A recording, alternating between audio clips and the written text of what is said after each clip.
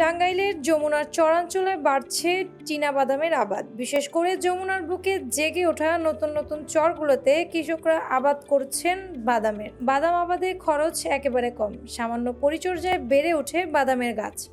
ফলন ভালো পাওয়ায় কৃষকের আগ্রহও বাড়ছে।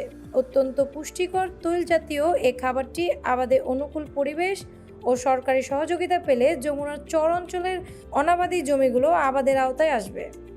সরজমিনে দেখা গেছে, টাঙ্গাইলে যমুনা নদীর বুকে জেগে ওঠা চর অঞ্চলের এবার ব্যাপক হারে আবাদ হচ্ছে বাড়ি ৮ ও বাড়ি ৯ জাতের চীনাবাদাম।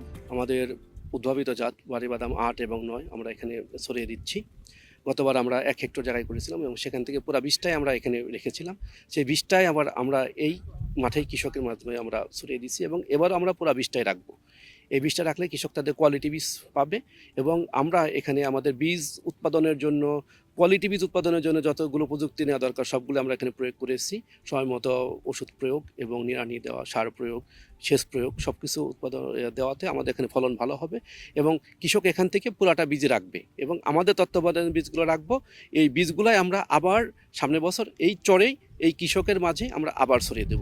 নদীর পানি কমার সাথে সাথে জেগে ওঠা চরগুলোতে সামান্য পরিচর্যা করে এসব বাদাম রোপণ করেন কৃষক। দু একবার সামান্য সেচ দিলেই তা বেড়ে ওঠে। পোকামাকড়ের আক্রমণ নেই বললেই চলে। বাদাম আবাদে খরচের ২ থেকে ৩ গুণ বেশি লাভ করে থাকে। প্রতি হেক্টরে ১ থেকে ১.৫ মেট্রিক টন বাদাম উৎপাদন হয়। এসব বাদাম বাজারে ৩,০০০ থেকে ৩,৫০০ টাকা দরে প্রতি মণ বিক্রি হয়।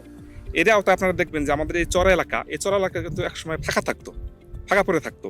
আমরা এই এলাকা কিন্তু এই প্রকল্পের আওতায় কিন্তু আমরা বাড়ি চীনাবাদাম যে ৯টা সেটা কিন্তু আমরা চাষের আবাদ নিয়ে আসছি এবং আমরা মনে করতেছি যে এই চাষ আবাদ দেখে পাশের যে কৃষকদের চর ফাঁকা আছে তারা কিন্তু এই চীনাবাদাম চাষ করতে আগ্রহী হবে।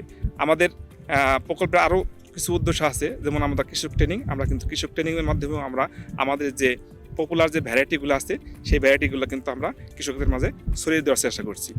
বাংলাদেশ কৃষি গবেষণা ইনস্টিটিউটের বিজ্ঞানীরা সারা দেশের নদীর চরাঞ্চল ও পরিত্যক্ত জমিগুলোতে এসব বাদাম আবাদের আওতায় আনার জন্য কাজ করে যাচ্ছে। টাঙ্গাইলের মাঠ পর্যায়ে বাদাম চাষ ছড়িয়ে দিতে কাজ করে যাচ্ছে বাংলাদেশ কৃষি গবেষণা ইনস্টিটিউটের সরজমিন গবেষণা বিভাগ। ভিটামিন, অ্যান্টিঅক্সিডেন্ট, কার্বোহাইড্রেট, প্রোটিন সহ নানা উপাদান রয়েছে বাদামে, যা মানবদেহে রোগ প্রতিরোধে গুরুত্বপূর্ণ ভূমিকা রাখে।